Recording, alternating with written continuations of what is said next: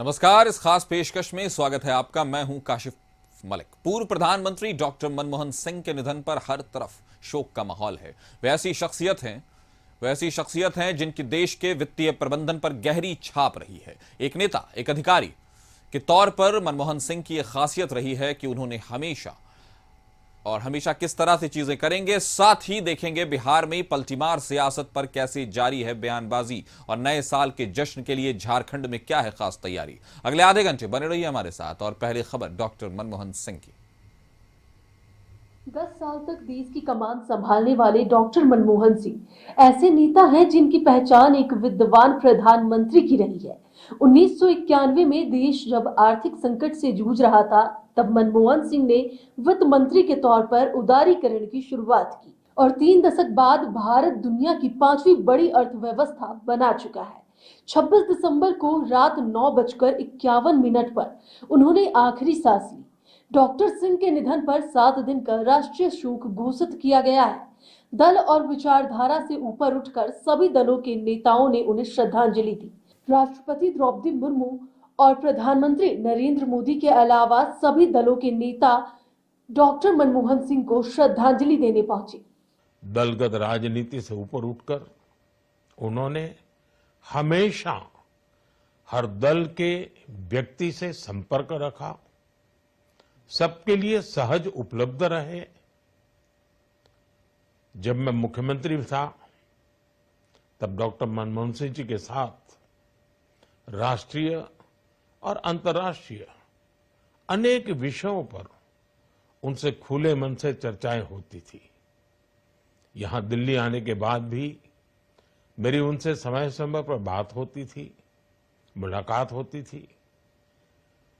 मुझे उनसे हुई मुलाकातें, देश को लेकर हुई चर्चाएं हमेशा याद रहेगी। अभी जब उनका जन्मदिन था तब भी मैंने उनसे बात की थी।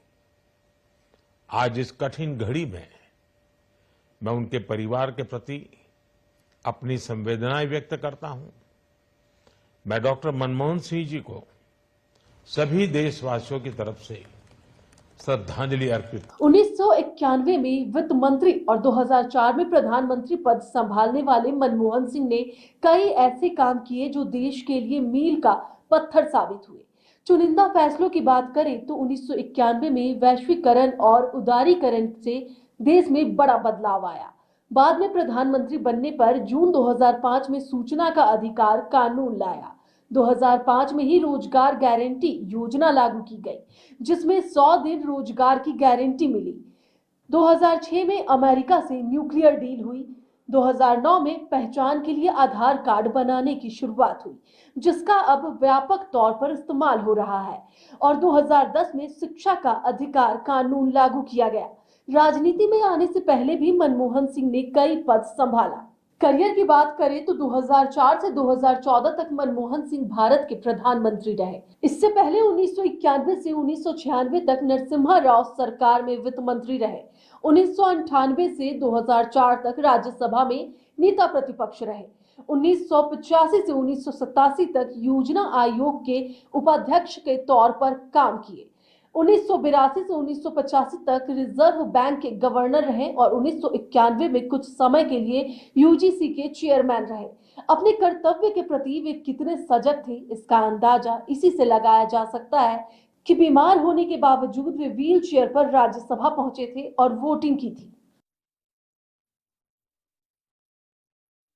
सांसद के रूप में डॉक्टर साहब की निष्ठा सभी के लिए प्रेरणा जैसी है। सत्र के समय अहम मौकों पर वो व्हील चेयर पर बैठकर आते थे, अपना संसदीय दायित्व निभाते थे। दुनिया के प्रतिष्ठित संस्थानों की शिक्षा लेने और सरकार के अनेक शीर्ष पदों पर रहने के बाद भी वो अपनी सामान्य पृष्ठभूमि के मूल्यों को कभी भी नहीं भूले। दलगत राजनीति से ऊपर उठकर उन्होंने हमेशा हर दल के व्यक्ति से संपर्क रखा, सबके लिए सहज उपलब्ध रहे। जब मैं मुख्यमंत्री था तब डॉक्टर मनमोहन सिंह जी के साथ राष्ट्रीय और अंतर्राष्ट्रीय अनेक विषयों पर उनसे खुले मन से चर्चाएं होती थी। मनमोहन सिंह की पहचान जेंटलमैन पॉलिटिशियन की रही है। शिक्षा से उनका गहरा लगाव रहा है। जन्म अविभाजित भारत के पाकिस्तान में हुआ था। बाद में परिवार भारत आ गया। पढ़ाई पंजाब यूनिवर्सिटी और ऑक्सफोर्ड यूनिवर्सिटी से हुई। करियर की शुरुआत कॉलेज में शिक्षक के तौर पर हुई। बाद में वाणिज्य मंत्रालय में सलाहकार, वित्त मंत्रालय के मुख्य आर्थिक सलाहकार और सचिव के तौर पर काम किया। बाद में वित्त मंत्री और प्रधानमंत्री बने। उनकी पहचान कम बोलने और काम पर ज्यादा ध्यान देने वाले व्यक्ति की रही है। लेकिन प्रधानमंत्री रहते संसद में नेता विपक्ष रहे सुषमा स्वराज के बीच शायरी के जरिए एक दूसरे से सवाल जवाब वाला अंदाज यादगार बन गया है। मैं आपसे जवाब पूछना चाहती हूँ, तू इधर उधर की ना बात कर, ये बता कि काफिला क्यों लूटा। तू इधर उधर की ना बात कर, ये बता कि काफिला क्यों लूटा। हमें रहजनों से गिरा नहीं, तेरी रहबरी का ख्याल है, तेरी रहबरी। She is narrated in Urdu couplet. I would also do so and say, माना कि तेरी दीद के काबिल नहीं हूँ मैं।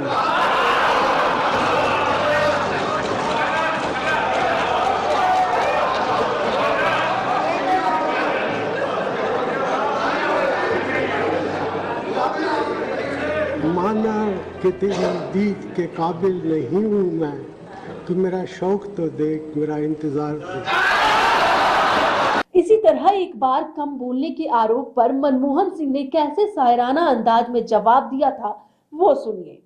हजारों जवाबों से अच्छी है मेरी खामोशी, न जाने कितने सवालों की आबरू रश।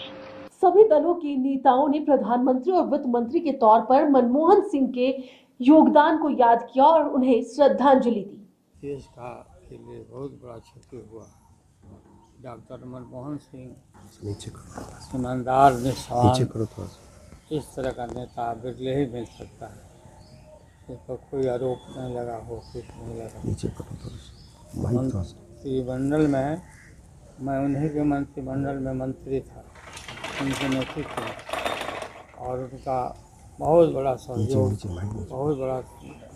हमको मिला जब रेल मंदिर से। उनका निधन का समाचार सुन करके गहरा आघात लगा। देश की अर्थव्यवस्था में सुधार लाने में, देश के आर्थिक स्थिति में सुधार लाने में वो अविस्मरणीय है। और डॉक्टर मनमोहन सिंह जी कई पदों पर रहे। रिजर्व बैंक के गवर्नर रहे, वाणिज्य मंत्रालय में रहे, कई विभिन्न जगहों पर जहां भी वो रहे, उन्होंने देश के हक में काम किया। दुखद है, ईश्वर उनकी आत्मा को शांति दे और उनके परिजनों को इस दुख की घड़ी में धैर्य प्रदान करे। दुखद है, ईश्वर उनकी आत्मा को शांति दे और उनके परिजनों को इस दुख की घड़ी में धैर्य प्रदान करे। देश के पूर्व प्रधानमंत्री से भी ज़्यादा देश के आर्थिक सुधारों में उनकी जो महत्वपूर्ण भूमिका रही और वैश्विक मंदी से भारत को बचाने में जिस प्रकार से वो कामयाब रहे, चाहे वो मनरेगा का हो, राइट टू इंफॉर्मेशन हो, राइट टू फूड हो, राइट टू एजुकेशन हो, तो ये तमाम चीज़ें जो बेंचमार्क थे और उनके जो इकोनॉमी से जब वो आए थे, तो उस वक्त जब फिनांस मिनिस्टर बने तो पूरी देश की अर्थव्यवस्था जो पेइंग कैपेसिटी थी वो समाप्त हो चुकी। हम लोगों को सोना भी गिरवी रखना पड़ा था देश। मनमोहन सिंह स्कॉलर स्टूडेंट तो रहे ही, पढ़ने पढ़ाने के शौक और अपार ज्ञान ने उन्हें स्टूडेंट्स का चहेता बनाया। देश न सिर्फ प्रधानमंत्री बल्कि आर्थिक सुधारों के प्रणेता और एक होनहार शख्सियत के रूप में उन्हें हमेशा याद रखेगा। ब्यूरो रिपोर्ट, कशिश न्यूज। फिलहाल वक्त है एक छोटे से ब्रेक का, जल्द हाजिर होंगे।